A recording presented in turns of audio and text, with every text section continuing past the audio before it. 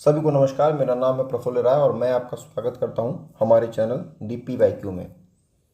आज हम पढ़ने वाले हैं पॉलिटी में राज्य के नीति निर्देशक तत्व और मौलिक कर्तव्य। जो नीति निर्देशक तत्व हैं ये आते हैं हमारे भाग 4 में और जो मौलिक कर्तव्य हैं ये आते हैं हमारे भाग 4A में। जो राज्य के नीति निर्देशक तत्व हैं इसको मैं शॉर्ट में पूरे वीडियो में क्या कहूँगा, DPSP कहूँगा। ठीक है, ये होते हैं 36 से लेकर के 51 तक और जो मौलिक कर्तव्य होते हैं वो केवल 51A जो है वो जोड़ा गया है उसके अंतर्गत आते हैं। ठीक है, तो चलिए देर न करते हुए इसको शुरू करते हैं। जो DPSP है ये आयरलैंड से लिया गया है और विश्व में यह केवल 2 देशों में है।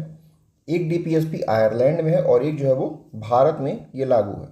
भारत शासन अधिनियम जो 1935 था उसमें एक चीज़ वर्णित थी जिसका नाम था इंस्ट्रूमेंट ऑफ इंस्ट्रक्शन। ठीक है, मतलब कि अनुदेश प्रपत्र। ठीक है, यही जो अनुदेश प्रपत्र है इसी को भारतीय संविधान में DPSP का रूप दिया गया। एक्चुअली DPSP होती क्या है कि जब भी कोई विधि बनती है, ठीक है ध्यान से सुनिएगा, जब भी कोई विधि बनती है तो विधि राज्य जब उसको बनाता है, ठीक है, तो उसमें कुछ चीज़ें निहित होनी चाहिए। जैसे लोगों को समान रूप से सब कुछ वितरित हो, ठीक है, सभी को समान रूप से आय का साधन मिले, सभी को समान विधिक अधिकार मिले। ठीक है, तो ये राज्य की जिम्मेदारी होती है कि सबको सब कुछ समान रूप से मिले और समाज में समानता बनी रहे। बहुत ज़्यादा मतलब ऊंच नीच में बहुत ज़्यादा अंतर ना हो, कोई बहुत अमीर हो जाए कोई बहुत गरीब हो जाए, ठीक है, ये नहीं होना चाहिए। तो राज्य को यही कहा गया है कि आप जो भी विधि बनाएंगे तो आपको कुछ चीज़ें बताई गई हैं जिसको आपको ध्यान में रख के आपको कोई भी विधि बनानी है। ठीक है, तो यही मेन जो है वो DPSP है। तो इसका उद्देश्य क्या है, देखिए इसका उद्देश्य यहाँ पे क्या है कि कल्याणकारी राज्य की स्थापना करना। यही इसका उद्देश्य है कि जो राज्य बनेगा वो कल्याणकारी हो। मैं इसका कलर थोड़ा चेंज कर लेता हूं।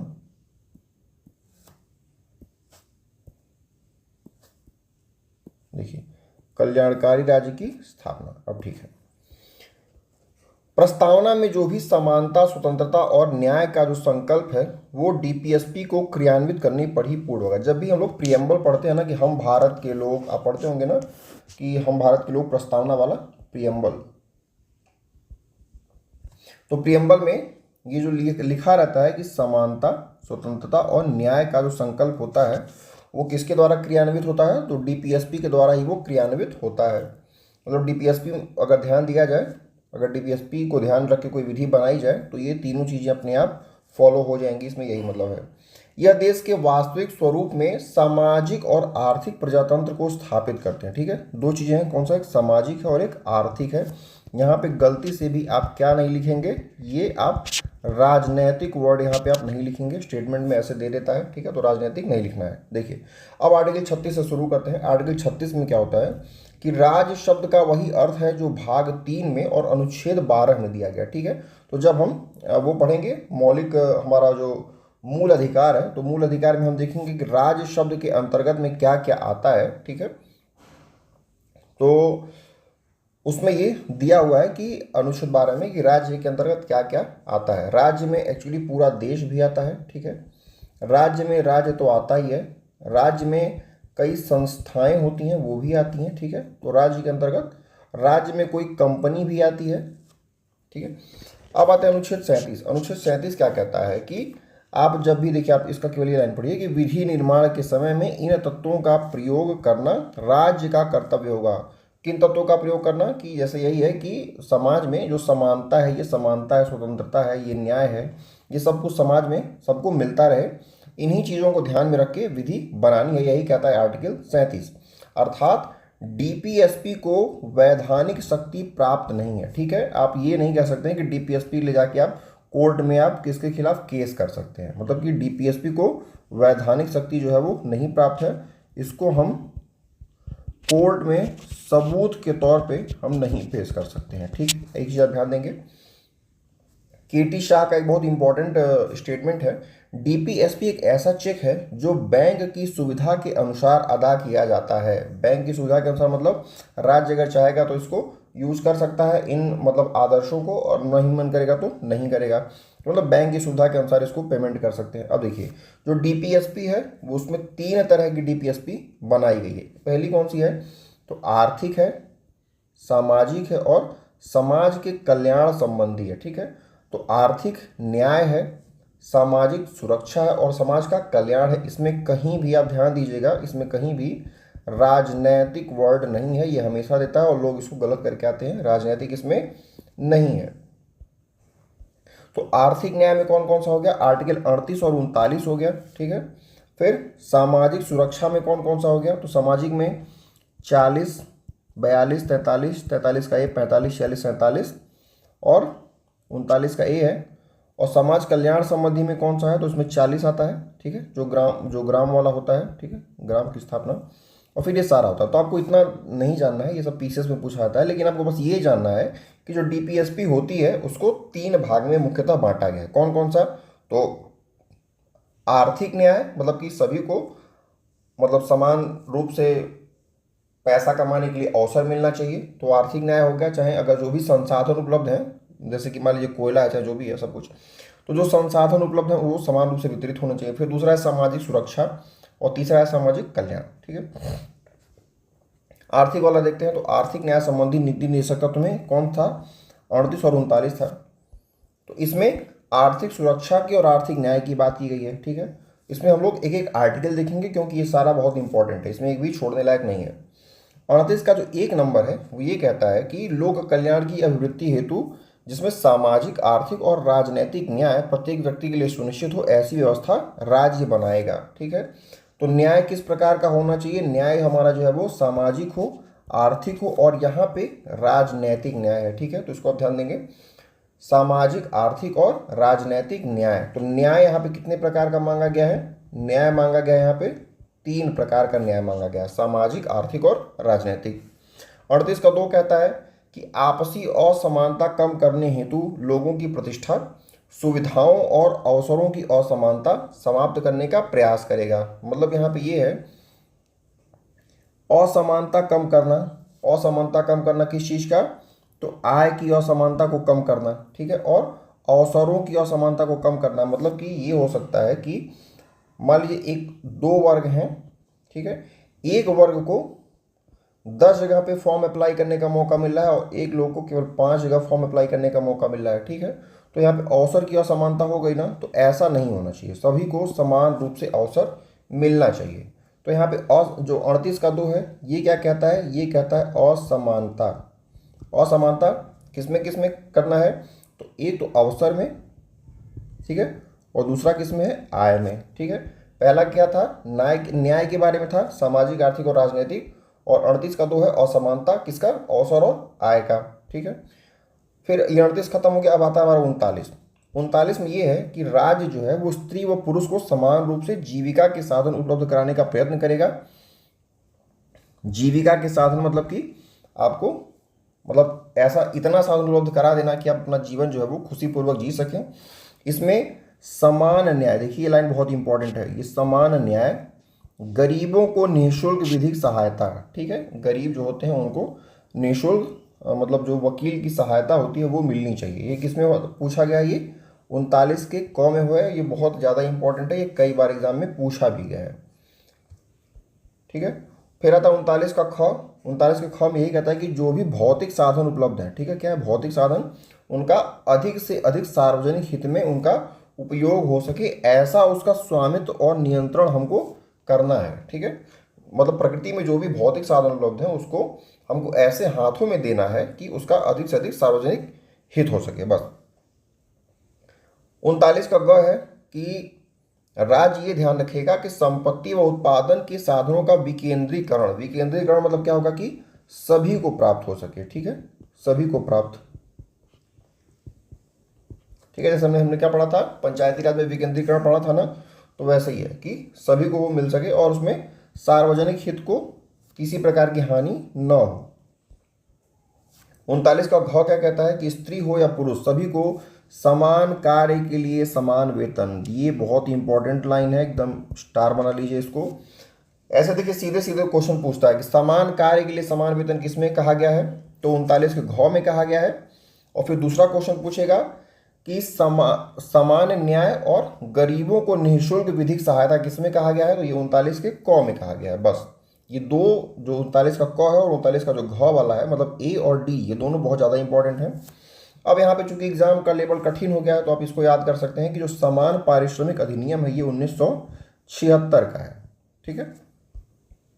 39 के अंगों में क्या है कि श्रमिक जो पुरुष हैं चाहे स्त्री हैं, उनको स्वास्थ्य और शक्ति और बालकों की सुकुमार अवस्था का दुरुपयोग न हो, ऐसी आर्थिक व्यवस्था से, मतलब कोई, देखिए इसका मतलब यही हुआ पूरे स्टेटमेंट का कि जो पुरुष हो चाहे जो महिला हो चाहे जो बालक हो, ठीक है, उनको हमको ऐसा रोजगार प्रोवाइड कराना है कि उनकी आयु और शक्ति के अनुकूल ही वो होना चाहिए। ऐसा ना हो कि कोई बच्चा छोटा है, मान लीजिए 14 साल तक तो लिमिट है कि नहीं करा सकते हैं, लेकिन मान लीजिए अगर कोई 20 साल का है तो ऐसा ना हो कि उसको इतना भारी काम दे दिया जाए कि वो ना कर पाए। ठीक है, तो ऐसा काम नहीं देना, ये देखना किसकी जिम्मेदारी है, तो ये राज्य की जिम्मेदारी है। और बस इसमें चौ में यही कहा गया है कि जो भी उनको अवसर और जो सुविधा जो भी दी जाएगी, तो उसमें मतलब भौतिक और जो नैतिक परित्याग से उनकी रक्षा की जाएगी। मतलब ये हुआ कि ऐसा ना हो कि किसी को ऐसा काम दे दिया जाए कि कोई जाके सुसाइड कर ले। ठीक है, सुसाइड नहीं होना चाहिए। तो यही कहा गया कि भौतिक और नैतिक परित्याग। नैतिक परित्याग क्या होता है कि मतलब अपनी नैतिकता हम छोड़ देंगे, किसी को भी रोड पर मारते चलेंगे, पीटते चलेंगे, किसी की हत्या कर देंगे। तो ऐसा, जैसे ऐसा कोई बचपन में तो ऐसा पैदा नहीं होता है कि कोई सोचता है कि हम हत्या करने के लिए पैदा हुए हैं। ठीक है, समाज के द्वारा वो धीरे धीरे धीरे धीरे समाज से वो जो भी वो झेलता है, उसी का परिणाम होता है कि अपनी वो नैतिकता को त्याग देता है। ठीक है, तो इसमें यही है कि समाज, ये राज्य की जिम्मेदारी है कि अपना वो नैतिक परित्याग ना करे। अब इसमें ये लाइन इंपॉर्टेंट है कि जो 38 और 39 है, इसको डिस्ट्रीब्यूटिव जस्टिस, मतलब कि वितरण न्याय का सिद्धांत इसमें नहीं था। देखिए इसमें क्या कहा गया है, 38 और 39 में क्या कहा गया है कि जो भी आपने ये पढ़ा कि जो भी राज्य करेगा उसमें ज़्यादा से ज़्यादा लोगों का जो है वो लाभ जो है वो निहित होना चाहिए, सभी को समान अवसर मिलने चाहिए, सभी को समान वेतन मिलना चाहिए, यही तो था। गरीबों को फ्री में विधिक सहायता मिलनी चाहिए, यही था। तो इसमें यही था कि जो वितरण न्याय है, वितरण इसमें नहीं था। देखिए वितरण का इसमें जस्टिस हो रहा है, तो नागरिकों के मध्य में आर्थिक असमानता को दूर करना है इसमें। ठीक है, कोई असमानता ना हो, तो ये वर्ड इंपॉर्टेंट है क्या, डिस्ट्रीब्यूटिव जस्टिस। ठीक है, एक केस है बहुत इंपॉर्टेंट, पता नहीं ये आ सकता है कि नहीं आ सकता है पेट में, लेकिन एक बात जान जाइए आप, समान कार्य के लिए समान वेतन जो है वो ये मूल अधिकार नहीं है, ये डीपीएसपी है, परंतु यह संवैधानिक लक्ष्य है कि अतः इसके उल्लंघन पर न्यायालय रिट जारी कर सकती है। बहुत इंपॉर्टेंट पॉइंट है ये। देखिए समान कार्य के लिए समान वेतन जो है ये, ठीक है, तो ये तो हमारा आता है डीपीएसपी में, लेकिन और डीपीएसपी को ये कहा गया है कि डीपीएसपी को हम कोर्ट में लेके नहीं जा सकते हैं, उसके आधार पे हम कोर्ट में कोई केस नहीं कर सकते हैं, लेकिन जो न्यायालय है वो केवल इस काम के लिए, समान कार्य के लिए समान वेतन के लिए रिट जारी कर सकती है। ये बहुत स्पेशल पॉइंट है। ठीक है, फिर आते हैं अगला आर्टिकल। अगला आर्टिकल हमारा है आर्टिकल 41 में यही कहा गया है कि योग्यता के अनुसार, जिसकी जैसी योग्यता हो उसके अनुसार उसको रोजगार और शिक्षा जो है वो मिल सके, एवं बेकारी में, बुढ़ापा, बीमारी और असमर्थता आदि दशाओं में सार्वजनिक सहायता वो प्राप्त कर सके। ठीक है, जैसे सरकार होती है गरीबों के लिए, बूढ़े लोगों के लिए अलग अलग प्रकार की योजनाएं लाती है, तो ये इसी चीज़ों को ध्यान में रखते हुए सरकार सारी योजनाएं लाती है कि सभी को कुछ ना कुछ लाभ होता रहे। अब देखिए महात्मा गांधी ग्रामीण रोजगार योजना, मनरेगा, जो मनरेगा आया हुआ है ना, पूछ सकते हैं डायरेक्ट कि मनरेगा जो है वो डीपीएसपी में किसके तहत लाया गया है, तो वो आर्टिकल 41 के तहत लाया गया है। उसके अलावा देखिए राष्ट्रीय सामाजिक सहायता कार्यक्रम जो है एनसैप, ठीक है, एनसैप, नेशनल सोशल असिस्टेंट प्रोग्राम। ठीक है, इसको आप चाहे तो लिख सकिए, ये एक बार एक्चुअली नेट ये पेट में एक बार पूछा हुआ है। ठीक है, नेशनल सोशल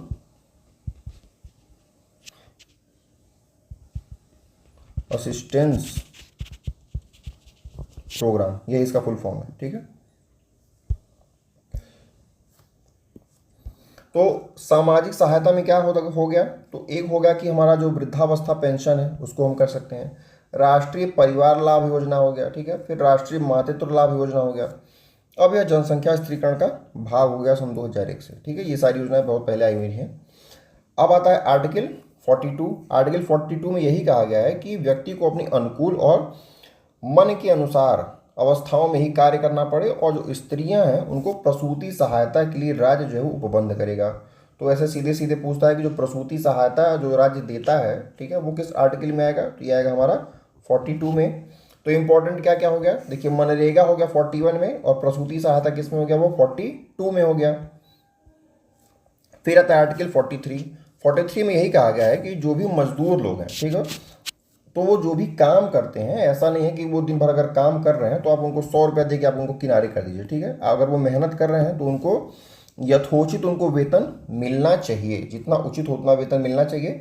सामाजिक व सांस्कृतिक उन्नति का उनको अवसर प्राप्त हो सके, ठीक है। और गाँव में व्यक्तिगत अथवा सरकारी आधार पर उनको कुटीर उद्योग में प्रोत्साहन मिलना चाहिए, ठीक है। तो 43 में सबसे इंपॉर्टेंट पॉइंट क्या हो गया? कुटीर उद्योग। ये सब डायरेक्ट पूछा जाने वाला क्वेश्चन है, कुटीर उद्योग हो गया, ठीक है। कुटीर उद्योग में उनको प्रोत्साहन उनको मिलना चाहिए। अब आता है 43 का ए, ये मोस्ट इंपॉर्टेंट है, मजदूरों की भागीदारी, ठीक है। ये कह रहा है कि उद्योग का जो प्रबंधन होता है तो उसमें मजदूरों की भागीदारी होना चाहिए। आप लोगों ने देखा होगा, बहुत पुरानी पिक्चर थी, नाम मुझे नहीं याद आ रहा है, वो अनिल कपूर की मूवी है, ठीक है। अनिल कपूर मजदूर यूनियन का हीरो रहता है, ठीक है। वो मालकिन जो रहता है उसका गाड़ी वाड़ी जला देता है। तो उसमें क्या होता है? उसमें यही होता है कि जो मजदूर यूनियन होता है ना, तो मजदूर यूनियन क्या है कि मजदूर यूनियन जो है इन लोगों को अपना एक प्रतिनिधित्व दिखाने का मतलब अवसर देता है, और उद्योगों के प्रबंधन में उनकी बहुत मुख्य भूमिका को दर्शाता है। इससे क्या होता है कि मजदूरों की भागीदारी बढ़ती है, ठीक है, किसी भी वर्क में। तो ये इंपॉर्टेंट है। तो 43 में क्या हो गया? मजदूर यूनियन, ये इसमें आता है, और उद्योगों में मजदूरों की भागीदारी। अब देखिए आ जाता है आर्टिकल 45। 45 मोस्ट इंपॉर्टेंट है, ये हमेशा पूछा जाता है। 45 में क्या है कि राज्य 14 वर्ष तक के बच्चों के लिए निःशुल्क व अनिवार्य शिक्षा का व्यवस्था करेगा। ये मूल संविधान में कहा गया है, ठीक है, आर्टिकल 45 में। और 86वां जो संविधान संशोधन हुआ है 2002 में, उसमें आर्टिकल 21 का एक जोड़ा गया है। इसमें क्या कहा गया है कि राज्य जो है वो प्रारंभिक बाल्यावस्था मतलब कि 0 से 6 वर्ष में देखभाल और बच्चों की शिक्षा के लिए प्रयास करेगा। अब आप यहाँ पे एक चीज़ आप यहाँ पे देखेंगे, मैं कोई चीज़ बड़ा इंटरेस्टिंग बता देता हूँ। देखिए 3 आर्टिकल होता है मेन, ठीक है। एक है आर्टिकल 21 का ए, एक है आर्टिकल मेरा 45, और एक आप देखेंगे जो अब हम लोग वो पढ़ेंगे मौलिक कर्तव्य पढ़ेंगे, तो 51 के ए में आपको एक आर्टिकल मिलेगा, कौन सा? 51 की ए में शायद वो के वाला है, ठीक है, 11वें नंबर वाला, हाँ 11वें वाला ही है। तो यहाँ पे आप देखेंगे जो 21 का ए है, इसमें जो जिम्मेदारी दी गई है वो किसको दी गई है? वो दी गई है राज्य को। 45 में किसको जिम्मेदारी दी गई है? तो राज्य को। और 51 के ए में जो जिम्मेदारी दी गई है वो किसको दी गई है? अभिभावक को, ठीक है, अभिभावक या फिर माता और पिता, इनको जिम्मेदारी दी गई है, ठीक है। और एक चीज़ इंपॉर्टेंट मैं बताता हूँ कि देखिए जो 21 के ए वाला है इसमें 0 से 6 वर्ष है, जो 45 वाला है इसमें 14 वर्ष तक है, और जो ये वाला है इसमें भी शायद 14 वर्ष तक ही कहा गया है, ठीक है। तो ये चीज़ आपको ध्यान देना है कि इसमें जिम्मेदारी किसको दी गई है, ये पूछा हुआ क्वेश्चन है, और लोग इसमें हमेशा कंफ्यूज रहते हैं क्योंकि ध्यान से इसको पढ़ते नहीं हैं। और कितने वर्ष तक के लिए कहा है ये भी इंपॉर्टेंट है। तो 45 में जिम्मेदारी किसकी है? तो राज्य की जिम्मेदारी है। कितने वर्ष तक है? तो 14 वर्ष तक के छात्रों के लिए है, और इसमें निःशुल्क और अनिवार्य शिक्षा की बात की गई है, और ये मूल संविधान में कहा गया है। लेकिन 86वें संविधान संशोधन में 2002 में 21 ए जो है वो जोड़ा गया, और इसको मूल अधिकार बना दिया गया, ठीक है। ये मतलब बच्चों का ये मूल अधिकार है कि उनको पढ़ाना है। फिर आते हैं राज्य का। राज्य की जिम्मेदारी क्या दी गई है कि प्रारंभिक बाल्यावस्था जो है 0 से 6 वर्ष के, उसमें मतलब बच्चों की देखभाल और शिक्षा का प्रयास जो है वो राज्य करेगा, ठीक है। फिर आता है आर्टिकल 46 मोस्ट इंपॉर्टेंट, जो भी दुर्बल वर्ग है, दुर्बल वर्ग में कौन है? SC ST हैं, तो इनका शिक्षा और अर्थ संबंधी, अर्थ मतलब कि धन संबंधी, इनका जो भी हित है और उसकी उन्नति का जो जिम्मेदारी है वो किसका है? वो राज्य की जिम्मेदारी है। और ये ऐसा ना हो कि इनके साथ सामाजिक अन्याय हो जाए, चाहे इनका शोषण हो जाए, और राज्य जो है उनकी रक्षा करेगा। तो आर्टिकल 46 किससे रिलेटेड है? दुर्बल वर्गों से, SC ST से रिलेटेड हो गया, ठीक है। आता है आर्टिकल 47। तो 47 ये कहता है कि जीवन स्तर में सुधार करना है, बस। आपको 47 में क्या चाहिए? 47 में आपको हमको हमारा मेन क्या हो गया, इसमें हो गया ग्रोथ। तो ग्रोथ कैसी होनी चाहिए? ग्रोथ में है वो जीवन का जो स्तर है वो सुधरना चाहिए और स्वास्थ्य में सुधार। तो ये होगा कैसे? ये ऐसे होगा कि देखिए, औषधि का प्रयोग करना है, ऐसा हमको कुछ नहीं खाना है जो स्वास्थ्य के लिए हानिकारक हो, और मादक द्रव्यों, ठीक है, जैसे अल्कोहल हो गया, चाहे और भी जो जो भी आता है, अन्य पदार्थों के सेवन पे ये प्रतिबंध लगाता है, ठीक है। तो इसमें क्या हमको ग्रोथ करनी है, और कैसी ग्रोथ करनी है? जीवन की और स्वास्थ्य की, और हमको जो मादक द्रव्यों पे क्या करना है? हमको प्रतिबंध लगाना है, मतलब कि अल्कोहल, ठीक है, और जो भी आता है, जो भी गुटखा पान जो भी आता है। फिर आते हैं 39 का ए, ये तो हम लोगों ने पढ़ा था, निःशुल्क विधिक सहायता, ये लोग पढ़ चुके हैं, ठीक है। तो 47 तक हो गया है। फिर आते हैं आर्टिकल 40 में। 40 में क्या है कि ग्राम पंचायतों के गठन के बारे में कहा गया है, और हम लोगों ने ये तो पहले टॉपिक में पढ़ लिया है, ठीक है, तो उसको पढ़ना कोई ज़रूरी नहीं है। 43 का जो बी वाला है ये बहुत इंपॉर्टेंट है, ठीक है। 43 का बी, इसमें कहा गया कि जो सहकारी समितियां हैं, सहकारी समितियों के स्वैच्छिक गठन, स्वतंत्र संचालन के बारे में बताया गया है, और इनको प्रोत्साहन करना है, ठीक है, सहकारी समितियों को। सहकारी समितियों के बारे में हम लोगों ने पढ़ा हुआ है, पंचायत, वो जो हमारा चैप्टर है पंचायती राज वाला। तो ये 97वां संविधान संशोधन है, ठीक है, और ये सन 2011 में इसको बनाया गया था, ठीक है। अब इम्पोर्टेंट हमारे क्या है? आर्टिकल 44 यूनिफॉर्म सिविल कोड, मतलब कि समान नागरिक संहिता, ये बहुत इंपॉर्टेंट है, और गोवा जो है वो पहला राज्य है जो इसको लागू किया हुआ है बहुत पहले से। आर्टिकल 48 क्या कहता है? 48 में है कि कृषि और पशुपालन को आधुनिक और वैज्ञानिक बनाना है, जिससे कि जो दुधारू पशु हैं, ठीक है, उनके संरक्षण का, मतलब उनका जो नस्ल है उसका सुधार हो सके, और इनका वध रोकने के लिए कदम उठाया जाएगा। देखिए, आजकल एक बड़ी समस्या है कि जैसे मान लीजिए अगर कोई गाय है, तो गाय का अगर बछड़ा पैदा होता है, मेल अगर पैदा होता है, तो उसको सीधे भेज देते हैं कटने के लिए, ठीक है। तो ये मुझे बड़ा अजीब लगता है, लेकिन ठीक है। तो इसमें कृषि और पशुपालन को हमको ऐसा बनाना है कि जो आधुनिक और वैज्ञानिक प्रयास हो। इसमें दुधारू और वाहक पशु, वाहक पशु का मतलब क्या होगा कि जो माल ढो सकते हैं, ठीक है। तो ऐसे हमको नस्ल का सुधार करना है, और इनके वध रोकने के लिए हमको कदम उठाना है। आ गया 48 का क। 48 के क में पर्यावरण के मतलब हमको पर्यावरण का संरक्षण करना है, उसका ग्रोथ करना है। उसके बाद वन और वन्य जीवों की सुरक्षा। तो 40, देखिए यहाँ पे एक चीज़ आप ध्यान दे लीजिए कि जो 48 का क वाला है, इसमें क्या है? इसमें पर्यावरण है प्लस इसमें वन्य जीव है, इसमें दो चीज़ हो गया। जो 48 वाला है उसमें हमको क्या था? उसमें वध रोकना था हमको, प्लस कृषि और पशुपालन। हर आर्टिकल को एक एक पॉइंट से हम लोग याद रखेंगे तो हम लोग को याद रहेगा। 43 का बी क्या हो गया? सहकारी समितियों से हो गया, ठीक है। उसके बाद 40 में तो ग्राम पंचायतों का गठन तो है ही, कई बार पूछा हुआ है। और 39 के क में निःशुल्क विधिक सहायता, ये भी हम लोगों ने पढ़ा है। 47 क्या था? 47 में ग्रोथ है। 46 में क्या था? 46 में SC ST है। और 45 में क्या था कि बच्चों को हम लोग को पढ़ाना है। 43 के ए में था मजदूर यूनियन वाला, और 43 में हमारा था क्या? कुटीर उद्योग। और 41 में क्या था? 41 में था हमारा मनरेगा वाला, ठीक है। और 42 में क्या है? 42 में प्रसूति सहायता है, ठीक है। आप ऐसे अगर याद करेंगे तो आपको 2-3 बार पढ़ेंगे तो धीरे धीरे याद हो जाएगा।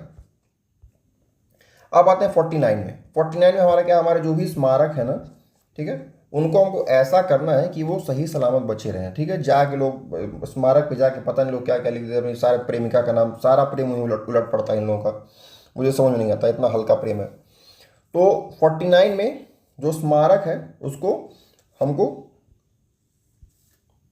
ऐतिहासिक रुचि के स्थानों को रक्षा का इनका प्रयत्न करना है, मतलब उसको हानि नहीं पहुंचानी है, मतलब मेन यही है बस।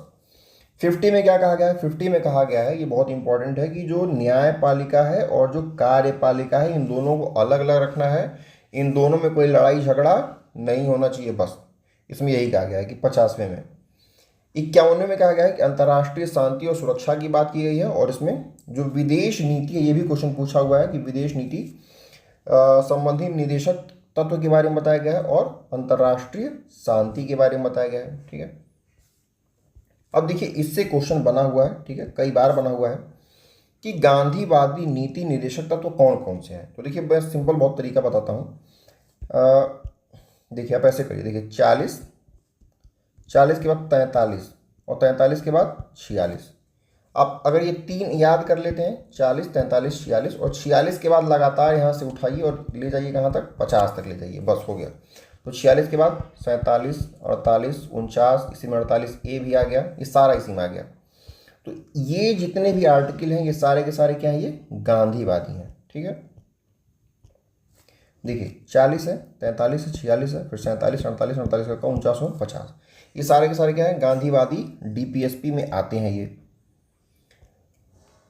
और कुछ अन्य भाग हैं जहाँ पे भी मतलब डीपीएसपी जहाँ पे वर्णित है, जैसे कि हमारा अनुच्छेद 335 आता है, तो 335 में जो भी सेवा और पद जो होते हैं उस पर SC/ST के दावे को बताया गया है, ठीक है।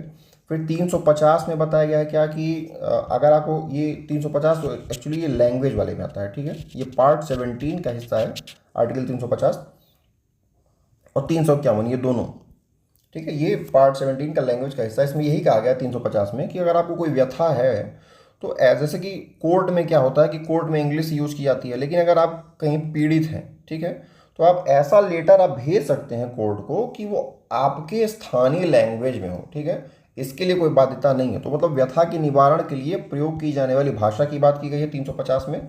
और 351 में क्या कहा गया है कि हिंदी भाषा के विकास के लिए जो है वो निर्देश दिया गया, मतलब कि डायरेक्शन दिया गया है। तो अगर कठिन प्रश्न बनता है तो यहाँ से क्वेश्चन जो है वो बन सकता है कि कौन सा जो संविधान संशोधन है, ठीक है, उसमें कौन कौन सा आर्टिकल जो है वो जोड़ा गया है। तो हमने ये पढ़ा था पहले ही कि जो 97वां संविधान संशोधन है उसमें जो सहकारी वाला है, ठीक है, सहकारी जो समितियाँ वो जोड़ी गई थी, तो ये 43 के बी में हुआ है। फिर 42वां में अगर आते हैं तो देखिए 42वां आप छोड़ दीजिए, आप केवल याद कीजिए केवल 44वां क्या है, केवल ये 38 का 2 है। और इसके अलावा जो भी जोड़ा गया है वो सारा का सारा किस में है, तो 42वें में है। 42वां हमारा मिनी कॉन्स्टिट्यूशन भी है, तो इसमें 39 का ए हो गया, ठीक है। फिर 39 का इसमें ये 6 वाला है, मतलब कि 6 नंबर पे क्या आता है, एफ आता है, ठीक है, तो एफ वाला हो गया। फिर 43 का ए हो गया, 48 का ए हो गया, ये सारा का सारा जोड़ा गया है। तो ये हमारा जो टॉपिक है ये ख़त्म होता है। इसमें कुछ एक काम करते हैं हम लोग, उसको थोड़ा सा छोटा सा रिवीजन टाइप का कर लेते हैं, जिससे कोई खाली जगह मिले। चलिए यहीं पे रिवीजन करते हैं, ठीक है। हमने जो जो आर्टिकल पढ़ा हुआ है ना उसका एक छोटा सा रिवीजन करते हैं, ठीक है। पहला हमारा आर्टिकल कौन सा था, तो हमारा आर्टिकल था 36, 37 को छोड़ दिए, 38 से रिवीजन करते हैं, ठीक है।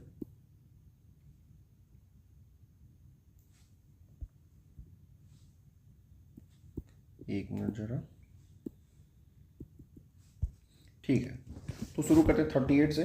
तो 38 में जो ए है उसमें क्या था हमारा, जो न्याय की बात की गई थी, आप लोग को याद होगा, न्याय में हमारा कौन कौन सा न्याय था, एक था सामाजिक, दूसरा था हमारा आर्थिक, और एक कौन सा था, राजनैतिक, ठीक है। इसके बाद 38 का जो 2 था ये सबसे इम्पोर्टेंट था। इसमें हमको क्या करना था, इसमें असमानता को कम करना था, ठीक है, असमानता को कम करना था। असमानता कौन कौन सी थी हमारी, तो असमानता यहाँ पे 2 प्रकार की थी, एक तो अवसर, ठीक है, एक अवसर की असमानता को कम करना था और एक आय की असमानता को कम करना था, ठीक है। इसके बाद 39 का जो, इसमें तो 38 का ख़त्म हो गया, फिर आता है 39 वाला, यहाँ से 39 देखते हैं।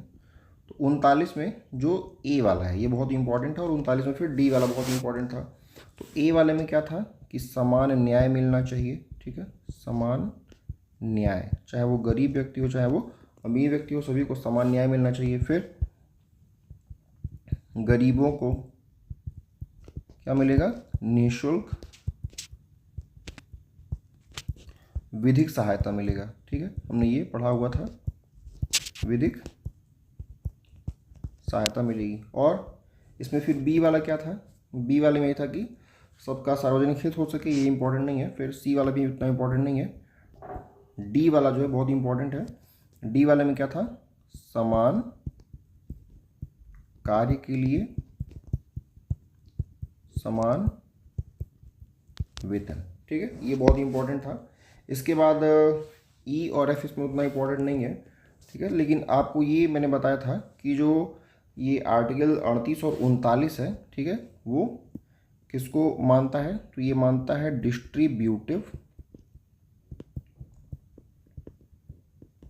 डिस्ट्रीब्यूटिव जस्टिस को, ठीक है, मतलब कि वितरण के न्याय को ये मानता है, ठीक है, हमने ये पढ़ा हुआ है। फिर हमने पढ़ा था आर्टिकल 40 में हमारा क्या था, तो 40 में ग्राम का गठन था। 41 हमारा बहुत ही इंपॉर्टेंट था, 41 में हमारी क्या था, मनरेगा था, ठीक है। 41 के बाद हमने क्या पढ़ा था, फिर 42 में हमारा क्या था, प्रसूति सहायता, ठीक है।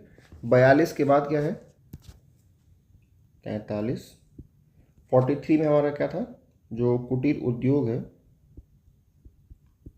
कुटीर उद्योग में प्रोत्साहन, ठीक है।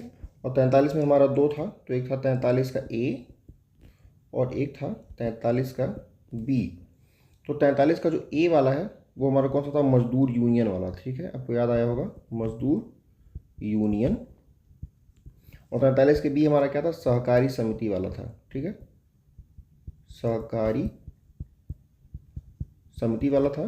43 के बाद हमारा कौन सा था, 44 वाला था। 44 में क्या था, यूनिफॉर्म सिविल कोड, यूसीसी वाला था।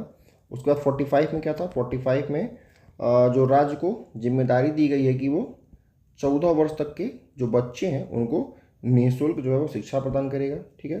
फिर 46 वाले में क्या था, 46 वाले में है कि जो एससी और एसटी हैं, मतलब जो दुर्बल वर्ग हैं, ठीक है, उनको शोषण से बचाना, उनका रक्षा करना था, ये वाला था। फिर 47 हमारा क्या था, 47 क्या था कि ग्रोथ था, ठीक है, ग्रोथ मतलब कि जीवन स्तर में सुधार, ठीक है, तो जीवन स्तर का ग्रोथ था। और इसमें क्या था, तो ग्रोथ होगा कैसे, जो उसमें मादक जो द्रव्य थे उसको हमको रोकना था, ठीक है। 48 के बाद हमारा क्या था, फिर 48 का ए, 48 था और 48 का फिर उसमें ए भी था। तो 48 वाले में हमारा क्या था, कृषि था और क्या था, पशुपालन था, ठीक है, कृषि और पशुपालन था। और इसका हमको वध को रोकना था, ठीक है, ये था। फिर 48 के ए में क्या है, 48 के ए में था कि जो भी हमको पर्यावरण है और प्लस इसमें वन, तो उसमें पर्यावरण का रक्षा करना था और हमको वनों की वृद्धि करनी थी, इसी पे हमारा मेन फोकस था। 48 के बाद फिर हम आते हैं 49 पे। तो 49 पे हमारी जो भी मतलब ऐतिहासिक जो भी इमारत है उसकी सुरक्षा करना था 49 वाले पे। 50 नंबर में क्या था, 50 नंबर में हमारा था कि जो न्यायपालिका है, न्यायपालिका और कार्यपालिका, ये कभी आमने सामने ना आए, इनको पृथक करने के बारे में कहा गया है। और 51वें में क्या है कि जो इंटरनेशनल, ठीक है, जो शांति है उसके बारे में है, और प्लस विदेश नीति, ठीक है, विदेश नीति, ठीक है। इसके बाद आते हैं, एक छूट गया आर्टिकल 36 वाला। 36 वाले में क्या कहा गया है कि राज्य के बारे में बताया गया कि राज्य में क्या क्या आता है। और एक 37 था, तो 37 में यही था हमारा कि जब राज्य विधि बनाएगा, ठीक है, राज्य जब विधि बनाएगा तो डीपीएसपी को ध्यान में रख करके बनाएगा, यही था, ठीक है, ध्यान में रखकर, ठीक है। तो पूरा जो हमारा ये है, ये एक बार रिवीजन भी हो गया। हाँ, एक चीज़ और अगर आपको रिवीजन करना हो तो जो संशोधन हुआ था, तो संशोधन को हमने कैसे डिवाइड किया था, तो पहले हमारा था 42, फिर 43, और 43 के बाद नहीं 43 नहीं 44, और फिर एक कौन सा था हमारा 97वां संविधान संशोधन। तो 97वां में हमने क्या पढ़ा था, 43 का बी पढ़ा है, क्योंकि 43 के बी में सहकारी समिति है। और 44 वाले में हमने केवल एक पढ़ा था, कौन सा था, 38 का 2। उसके बाद जितना भी संशोधन और सारा का सारा हुआ वो सारा का सारा 42 वाले में आ जाएगा, ठीक है। एक चीज़ हमने और क्या पढ़ा था, गांधीवादी पढ़ा था, ठीक है, गांधीवादी पढ़ा था। गांधीवादी में कौन सा था, तो गांधीवादी में 40 और 3 43 और 3 46, और 46 के बाद फिर 47 48 48 का ए 49 और फिर 50, ये सारा। देखिए थोड़ी राइटिंग गंदी है लेकिन रिवीजन चल रहा है तो रिवीजन के हिसाब से ठीक है ये। तो इतना हम लोगों ने पढ़ा हुआ है, ये चैप्टर जो है कंप्लीट होता है। अब हमको क्या पढ़ना है, अब हमको पढ़ना है जो अगला हमारा टॉपिक है मौलिक कर्तव्य हमारा, ठीक है। तो शुरू करते हैं मौलिक कर्तव्य। जो मौलिक कर्तव्य है ये भाग 4 क का है और इसमें अनुच्छेद 51 क जो है वो जोड़ा गया था, ठीक है। अनुच्छेद 51 का क जोड़ा गया है। यह मूल संविधान में ये जो है ये वर्णित नहीं था। इसको आप ये चीज़ ध्यान रखिए, जो सरदार स्वर्ण सिंह है, सरदार स्वर्ण सिंह समिति की सिफारिश पर इसको लेके आया गया था और इसको 42वें संविधान संशोधन 1976 के द्वारा इसको जोड़ा गया है। आपको ध्यान ये देना है कि स्टार्टिंग में जब ये आया था तो इसमें केवल 10 मूल कर्तव्य थे, ठीक है। मूल अधिकार और जो मूल कर्तव्य हैं एक दूसरे पर अन्योन्याश्रित हैं। अन्योन्याश्रित मतलब कि एक दूसरे पर आश्रित है, मतलब कि मूल अधिकार आश्रित है मूल कर्तव्य पे और मूल कर्तव्य आश्रित है मूल अधिकार पे, ठीक है। जो स्वर्ण सिंह समिति थी तो स्टार्टिंग में टोटल उसने कुल 8 मूल कर्तव्यों को शामिल करने की अनुशंसा की थी, जिसमें नागरिकों के द्वारा जो कर अदायगी है इसको भी मूल कर्तव्य में शामिल किया गया था, लेकिन परंतु इसको बाद में शामिल नहीं किया गया। तो ये एक इम्पॉर्टेंट पॉइंट है कि जो सरदार स्वर्ण सिंह समिति है उसने 8 मूल कर्तव्यों का एक सजेशन दिया था, जिसमें एक टैक्स वाला भी था, ठीक है, लेकिन इसको शामिल नहीं किया गया और कुल मिलाकर के 10 मूल कर्तव्यों को स्टार्ट 42वें संविधान संशोधन में शामिल किया गया था, ठीक है। अगर मूल कर्तव्य जो है अगर उनका अनुपालन नहीं होता है तो संसद के द्वारा आर्थिक दंड या फिर सजा जो है उसका प्रावधान करने की सिफारिश की गई थी, जिसको अस्वीकार कर दिया गया, ठीक है। ये भी अस्वीकार किया गया कि आप दंड नहीं लगा सकते हैं राज्य के ऊपर और सजा भी नहीं दे सकते हैं, ठीक है। उसके बाद अब आते हैं जो 11वां हमारा जो मूल कर्तव्य है, ये इंपॉर्टेंट है। 11वां मूल कर्तव्य 51 का टॉ मतलब कि के मतलब कि 11वां नंबर, ये जोड़ा गया था। और ये कब जुड़ा हुआ था, तो 86वें संविधान संशोधन में, और ये होता है सन 2002। तो ये भी याद करना आवश्यक है 86, और ये भी आवश्यक है 2002, ये दोनों आवश्यक है याद करना, ठीक है। तो सबसे पहले जो सोवियत संघ है वहाँ पे मूल कर्तव्य का उल्लेख किया गया, मतलब सबसे पहले जब यूएसएसआर था तो वहाँ पे मूल कर्तव्य का उल्लेख किया गया है। उसके बाद जापान में, और फिर जापान के बाद भारत ने इसको स्पष्ट रूप से अपनाने वाला जो है दूसरा लोकतांत्रिक देश जो है वो बना हुआ है। अब एक चीज़ यहाँ पे इंपॉर्टेंट है कि जो यूएनओ चार्टर है ना, ठीक है, यूनाइटेड नेशन जो ऑर्गेनाइजेशन है उसका जो चार्टर है उसमें एक धारा है, धारा 29 का ए। उसका नाम क्या है, उसका नाम है the universal declaration of human right, ठीक है, मतलब मानव अधिकारों की सार्वजनिक घोषणा, ठीक है, उसका ये टाइटल है। और इसी के द्वारा जो है वो मूल कर्तव्य की उत्पत्ति होती है। तो हम अगर ये पूछता है कि जो मूल कर्तव्य वो कहाँ से लिया गया है, तो लिया गया हमारे यहाँ यूएसएसआर से, मतलब सोवियत संघ से लिया गया है। इसको किसने किसने लागू किया है, तो इसको सोवियत संघ ने, इसको जापान ने और इसको भारत ने लागू किया। तो सोवियत संघ तो टूट गया है, तो कौन सा है वो, रूस अब इसको लागू किया हुआ है। उसके बाद अगर यूएनओ की बात करें तो यूएनओ में जो धारा 29 का ए है उसका टाइटल क्या है, मानव अधिकारों की सार्वजनिक घोषणा, उसके तहत ये आता है। अब देखिए मूल कर्तव्य हैं कौन कौन से, इसमें कुछ हैं जो बहुत ज़्यादा इंपॉर्टेंट है, पढ़ेंगे वैसे हम लोग सारा, लेकिन कुछ जो इंपॉर्टेंट है उसको मैं बताऊंगा। देखिए सबसे पहला कि पहला मोस्ट इंपॉर्टेंट में आता है, ठीक है। इसमें कहा गया है कि संविधान का पालन करें। इसमें ना क्रम याद करना भी आवश्यक है, जैसे कि पहला इंपॉर्टेंट है, 7वां इंपॉर्टेंट है, 11वां इंपॉर्टेंट है, ठीक। पहला, 7वां, 11वां तो तीनों ये बहुत ज़्यादा इंपॉर्टेंट है। पहला है कि संविधान का पालन करेंगे और उसके आदर्शों, संस्थाओं और राष्ट्रध्वज, देखिए यहाँ पे राष्ट्रध्वज की बात की गई है और यहाँ पे राष्ट्रगान की बात की गई है और संविधान की बात की गई है। तो 3 चीज़ आप याद रखेंगे कि इन तीनों का पालन करना है। दूसरा, स्वतंत्रता के लिए हमारे राष्ट्रीय आंदोलन को प्रेरित करने वाले उच्च आदर्शों को हृदय में संजोए रखेंगे और उनका पालन करेंगे, ठीक है, ये बताया गया है। तीसरा नंबर है भारत की प्रभुता, एकता और अखंडता की रक्षा करेंगे और उसे अक्षुण्ण बनाए रखेंगे। चौथा है देश की रक्षा करें और आह्वान किए जाने पर राष्ट्र की सेवा करेंगे, ठीक है।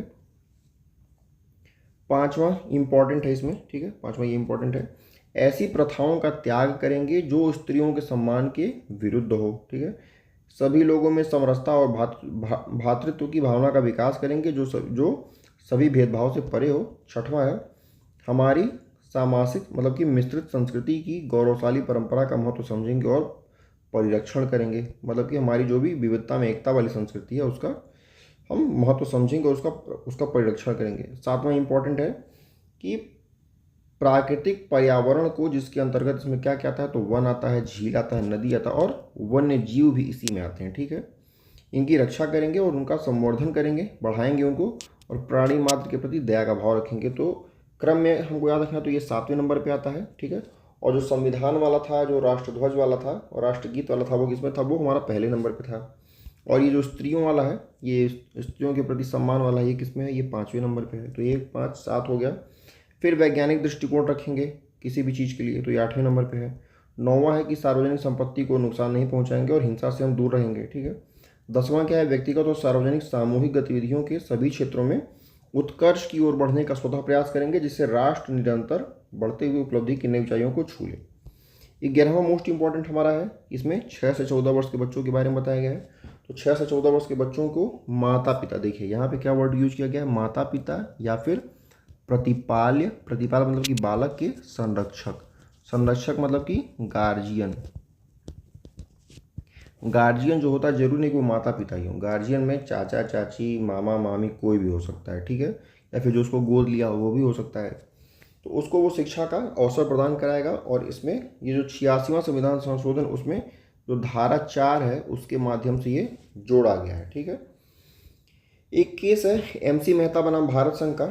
तो इसमें ये कहा गया है कि जो बच्चे हैं उनको सप्ताह में 1 घंटे, ठीक है, पर्यावरण की शिक्षा का निर्देश दिया गया है। ठीक है, तो ये कुछ पॉइंट था जो इम्पोर्टेंट था। इसमें कौन कौन सा इम्पोर्टेंट था, पहला वाला हमारा था जो संविधान वाला था, फिर 5वां वाला था स्त्रियों की रक्षा वाला, 7वां वाला कौन सा था, पर्यावरण की रक्षा था। ठीक है, और 7वें के बाद फिर सीधे सीधे 11वां वाला है। 11वां वाला क्या था कि हमको बच्चों को पढ़ाना है 6 से 14 साल। ठीक है, अब आते हैं मूल अधिकार में और नीति निर्देशक तत्व में क्या क्या अंतर है, ये इंपॉर्टेंट है। देखिए मूल अधिकार भी आप लोग पढ़े नहीं है, लेकिन मूल अधिकार न्यायालय के द्वारा प्रवर्तनीय होते हैं, मतलब कि अगर आपके मूल अधिकार का हनन हो रहा है तो आप कोर्ट में जा सकते हैं, और ये न्यायालय के द्वारा प्रवर्तनीय नहीं है नीति निर्देशक तत्व। मूल अधिकार की प्रकृति जो होती है वो नकारात्मक है। ठीक है, ये बहुत इंपॉर्टेंट पॉइंट है। और जो नीति निर्देशक तत्व इनकी प्रकृति जो है वो सकारात्मक है। मूल अधिकार का उद्देश्य क्या है, राजनीतिक लोकतंत्र, और इसका उद्देश्य क्या है, सामाजिक और आर्थिक लोकतंत्र और कल्याणकारी राज्य की स्थापना। इसको निलंबित किया जा सकता है एक्सेप्ट 2021, ये निलंबित नहीं हो सकता है। तो चौथा पॉइंट बहुत इंपॉर्टेंट है कि DPSP को निलंबित नहीं कर सकते हैं।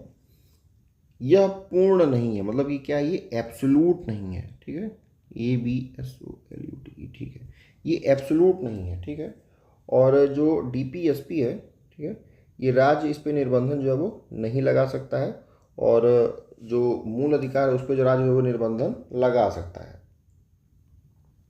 यह व्यक्तिक है। ठीक है, मतलब कि हर व्यक्ति को ये मिला हुआ है मूल अधिकार। और जो DPSP समाजवादी विचारधारा का है। ठीक है, इसमें सबके ग्रोथ की बात की गई है। यह समुदाय के कल्याण को प्रोत्साहित करता है। ठीक है, उसके बाद आता है मिनर्वा मिल्स बनाम भारत संघ। ये एक इम्पॉर्टेंट केस था, आप बेसिक चीज़ है आप जान सकते हैं, और ये एक्चुअली पूछा भी हुआ कई बार एग्जाम में, तो इसको एक बार सुन लीजिए। जो भाग 3 है हमारा, मतलब जो मूल अधिकार है, और जो हमारा जो भाग 4 है, ठीक है, तो भाग 4 हमारा DPSP है। तो भाग 3 और भाग 4 के मध्य में जो संतुलन है वो संविधान का आधारभूत ढांचा है, ये मिनर्वा मिल्स मामले में कहा गया है। 25वां संविधान संशोधन जो हुआ था उसमें ये कहा गया कि जो DPSP हमारा है उसको मूल अधिकार पर अविभावी मतलब ओवरराइड बताया गया। मतलब ये बताया गया कि जो DPSP है, ठीक है, वो ज़्यादा मतलब कि महत्व रखती है किससे, मूल अधिकार से। ठीक है, ओवरराइड है मतलब कि अविभावी है। अब यहाँ से आप इसको बहुत मत पढ़िए, इसका कुछ बहुत मतलब नहीं है, ये सब बड़े एग्जाम में पूछाता है।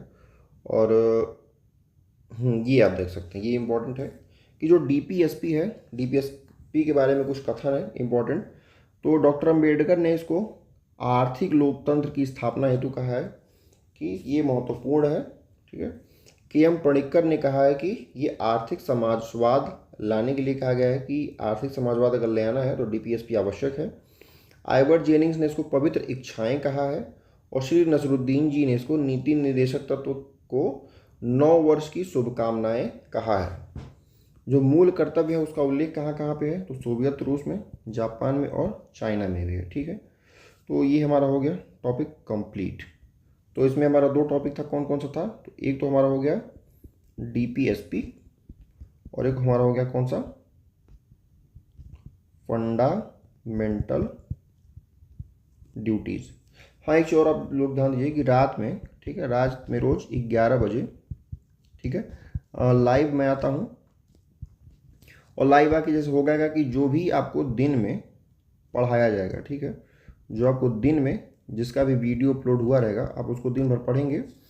और दिन भर पढ़ने के बाद आपको अगर प्रैक्टिस करनी है कि आपने कितना गेन किया है, चाहे मान लीजिए जो भी कुछ MCQ एक्स्ट्रा भी होते हैं कि जो इसमें कवर नहीं होते हैं थियरी में, तो आप रात उसको आके 11 बजे से 12 बजे तक हमारी कोशिश रहेगी कि 1 घंटा में, चाहे 1 से 1.5 घंटा में उसको हम कवर कर दें, ठीक है। जैसा आप लोगों का रिस्पॉन्स रहेगा वैसा फिर आगे देखा जाएगा कि इसको कंटिन्यू करना है कि नहीं करना है।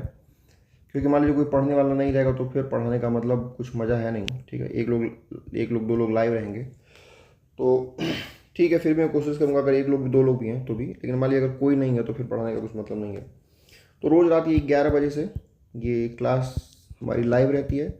आप यहाँ पे आके जो भी 2-3 बुक्स हैं, 2-3 बुक्स में कौन सी आएंगी? तो एक तो वाणी की बुक है, एक कौन सी बुक आती है हमारी जो घटना चक्र है, ठीक है, घटना चक्र। और इसके बाद एक कौन सी बुक है इसकी, और भी देखिए अगर 1-2 बुक अगर जो भी हमको मुझे अगर मिलती है, ठीक है, तो उन सभी को मिला करके जो इसका MCQ है वो कराया जाएगा 11 बजे रात को। तो चलिए बहुत बहुत धन्यवाद, मिलते हैं अगले चैप्टर में।